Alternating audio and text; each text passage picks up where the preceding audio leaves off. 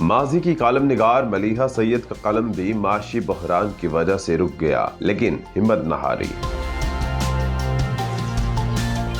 और आज food stall में अचार और दीगर अशिया बनाकर बेच रही हैं। मेरे पास 1 रुपया भी नहीं था। मैंने 1.5-2 लाख का कर्जा लिया। अचार की तरफ मुकम्मल माइल होने की वजह मेरे पहले 50 ऑर्डर्स थे। 50-60 हजार रुपया मेरे अकाउंट के अंदर आया और मुझे एहसास हो गया आई कैन डू, और अब यही करना है। उर्दू पॉइंट की वीडियोस देखने के लिए हमारा चैनल सब्सक्राइब कीजिए और बेल के आइकन पर क्लिक कीजिए ताकि आप हमारी तमाम आने वाली वीडियो से बाखबर रह सकें।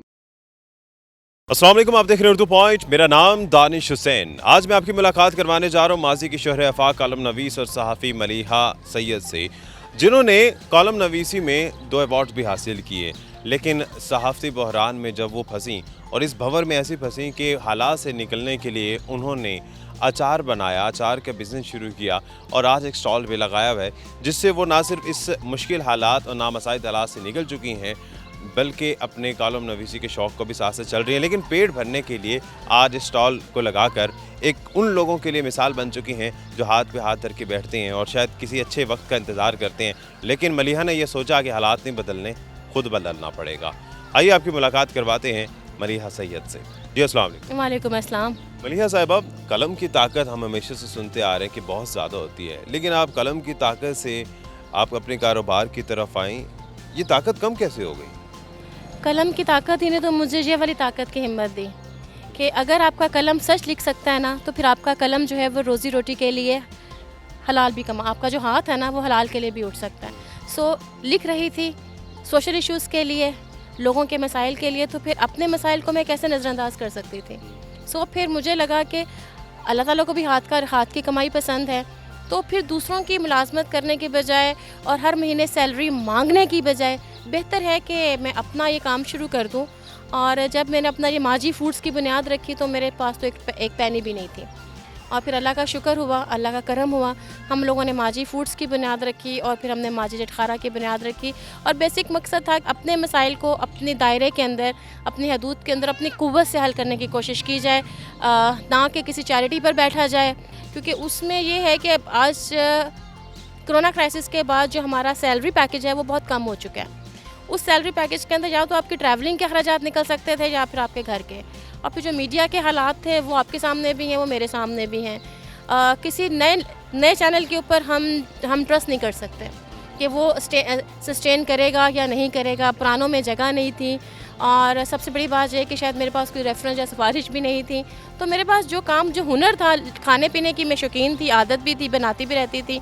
तो फिर मैंने अपने भाई के साथ मिलकर अपनी कुव्वत, उन लोगों की फैमिली की सपोर्ट के साथ माजी जटखारा पॉइंट जिसको मैंने शुरू किया। सहाफ़त में शोहर आफाक बुलंदी पर रही हैं, किताबों के तर्जमे भी किए हैं आपने, कई ऐसी किताबें जिसमें आपके मज़मून भी छपते हैं, कॉलम नवीसी भी करती हैं। ये सफ़र शुरू कहाँ से किया और क्या क्या अचीव किया था इस सफ़र में? मैंने बाकायदा कॉलम निगार के तौर पर 2005 में सफ़र शुरू किया था, और उसके बाद मीडिया का सफ़र मेरा 2007 का है। इस दौरान जब मैं मीडिया हाउस के अंदर गई तो कुछ अरसे के लिए कॉलम निगारी रुक गई, क्योंकि आपको भी पता है कि आप एक जगह का हिस्सा होते हुए दूसरी जगह पर नहीं लिख सकते। सो कुछ पॉलिसियों की वजह से फिर मैंने लिखना भी छोड़ा, और फिर उसके बाद मेरे वालिद की डेथ होगी तो फिर मैंने लिखना छोड़ दिया 2007 में। 2012 में मेरे बड़े भाई की डेथ हुई, तो फिर उस फेज़ से निकलने के लिए मैं दोबारा कॉलम नवीसी की तरफ आई, और फिर अल्हम्दुलिल्लाह ताहाल मेरा सफ़र जारी है। कॉलम नवीसी में 2 बार मुझे बेस्ट कॉलमिस्ट का अवार्ड मिल चुका है मुख्तलिफ़ सहाफ़ती तंजीमों की जानिब से, और इसके अलावा मुख्तलिफ़ मैगज़ीन्स के अंदर, जिसके अंदर हलाल मैगज़ीन शामिल है, जिसके अंदर इंस्पेक्शन टीम शामिल है, इनके अंदर मेरे रेगुलर कॉलम्स आए हैं, और अखबारात के अंदर ख़बरें, नुमाए वक्त, नई बात और इस जैसे बहुत सारे अखबारात के अंदर मेरे कॉलम्स रेगुलर आते हैं। ये जो ट्रांसफॉर्मेशन आई है, एक लिखारी से आप अपने स्टॉल पे आई हैं, इसमें आप क्या समझती हैं, किसको दोष ठहराएंगी? हालात को, ख़ास तौर पे मीडिया के हालात या कोरोना के मामलात, या फिर जो हमारा सिस्टम है जिसमें लिखारी की इतनी ज़्यादा इंपॉर्टेंस हमारे मुल्क में अनफॉर्चुनेटली नहीं है, उसको आप मोरद इल्ज़ाम ठहराएंगे? सिस्टम को, हमारा सिस्टम एक कॉलम नगार को तहफ़्फ़ुज़ फराहम नहीं करता, हमारा सिस्टम एक फ्रीलांसर को तहफ़्फ़ुज़ फराहम नहीं करता। हमारे सिस्टम में है कि आप फ्रीलांसर हैं, चलो भाई आप टोटली फ्री हो, आपको पेट ही नहीं लगा हुआ, आपकी कोई ज़रूरत ही नहीं है। आपने जैसे बताया कि 2 दफ़ा अवार्ड भी आपको मिला, कई कॉलम्स आपने लिखे, क्या कॉलम्स ने आपका पेट भरा? नहीं, तो ये पेट भरने के लिए आपका स्टॉल लगाना पड़ा। स्टॉल लगाना पड़ा। अब इस पे अचार और क्या क्या आप बेच रही हैं आप? हमारा अचार है, हमारी अचार की वैरायटी है, मिक्स सब्ज़ी अचार है, अचार की डिफरेंट वैरायटीज़ हैं हमारे। और उसके बाद ये हमारा फूड सेंटर है। जैसा कि आपने देखा कि ये सारा काम मैं ख़ुद ही कर रही हूँ। मुझे इवन इसके लिए हमने चटनियाँ ख़ुद बनाई हैं, हमने सारा काम ख़ुद किया है। और मैं और मेरा भाई लगे होते हैं। फिर मेरे साथ जाकर मैं घर पर नहीं हूँ, क्योंकि डेफिनेटली अफ्तार पार्टीज़ भी बीइंग अ सहाफ़ी, बीइंग अ कॉलमिस्ट, मैं तो शायद अपना करियर ख़त्म कर देती, मगर मेरे दोस्त अहबाब मेरा करियर ख़त्म नहीं करने दे रहे। और सबसे बड़ी बात, मेरी वालिदा वो हर जुमेरात की सुबह मुझसे पूछेंगी बुध की सुबह कॉलम भेज दिया। आप भेज रही हैं अभी भी भेज रहे हैं, पब्लिश भी हो रहा है पब्लिश भी हो रहा है। और साथ साथ आप ये भी चला है। साथ साथ मैं अपना फ़िक्शन का काम भी कर रही हूँ, अफसाना शायरी, हमारा सारा मेरा वेंटुआ साथ साथ सारा चल रहा है। फिक्शन का काम कर रहे हैं, लेकिन हकीकत पसंद भी शायद आप बहुत हैं, इसलिए आज आप ये स्टॉल भी लगा। ज़िंदगी फ़िक्शन नहीं है ना, ज़िंदगी फ़िक्शन नहीं है, ज़िंदगी फ़िक्शन से बहुत आगे। फ़िक्शन जो कुछ भी है, हर फ़िक्शन की बुनियाद, हर फ़िक्शन की एहसास कोई ना कोई वाक़या ही है। ठीक है, अगर आज मलिहा सैयद इस जगह पर खड़ी है तो डेफिनेटली 6 महीने बाद आप मुझे किसी दुकान पर देखेंगे, उसके 1 साल बाद आप मुझे किसी होटल के ब्रांड पर देखेंगे, लेकिन देखेंगे माजी फूड्स के साथ है। अब आपने चूँकि हालात को मद्देनज़र रखते हुए इस स्टॉल को लगाया जिसका नाम माजी चिलखा रहा है, अब एम क्या है आपका? इसी को लेकर आगे चलना है, सहाफ़त को खैर बात करना है, ये दोनों को पैरेलल लेकर चलता देख रही है? सहाफ़त को खैर बात कर चुकी हूँ मुकम्मल तौर पर, और मगर लिखने को खैर बात कभी नहीं कर सकती। लिखारी रहेंगे। हाँ, वो मेरा कैथारसिस है। जब तक मैं रोज़ एक प्यारा लिख ना लूँ, आज भी एक किताब के 2 सफ़े पढ़ ना लूँ, कोई गज़ल हफ़्ते में एक आध गज़ल या नज़म लिख ना लूँ, वो एक बेचैनी सी रहती है।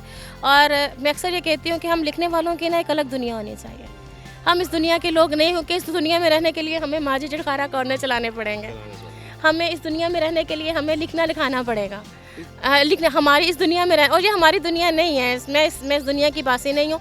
मैंने अपने आप को इन तमाम हालात के साथ जितनी मुश्किल से कबूल किया है, और ये मैं ही जानती हूँ कि जब मैंने पहले अचार का डाला था तो आवाज़ में बहुत बुरे तरीके से रोई थी।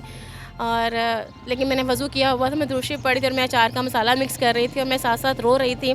और फिर उसके बाद मैंने अपने आंसू पोंछे और अपने आप को सिर्फ ये कहा, Maliha it's a part of life. So फिर मैं निकली। उसके बाद फिर मैंने ऑर्डर्स पर अचार बनाए, 35-35 किलो के ऑर्डर बुक आए एक पार्टी के।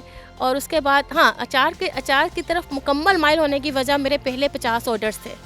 इधर मैंने पोस्ट लगाई और 1 हफ़्ते के अंदर अंदर जब मुझे 50 ऑर्डर्स के साथ 50-60 हज़ार रुपया मेरे अकाउंट के अंदर आया, वो उसने तो मेरी आंखें क्या पूरे 14 तबक रोशन कर दिए। और मुझे एहसास हो गया आई कैन डू, और अब यही करना है। कितने पैसों से स्टॉल का आगाज़ किया था और पैसे कैसे रेंज हुए? मेरे पास 1 रुपया भी नहीं था। कुछ ऑर्डर से आए और कुछ मैंने 1.5-2 लाख का तकरीबन कर्ज़ा लिया, दोस्तों से बात की। और मज़े की बात है कि वो सब के सब मीडिया से वाबस्ता है, जिनसे मैंने लिया कर्ज़ा लिया।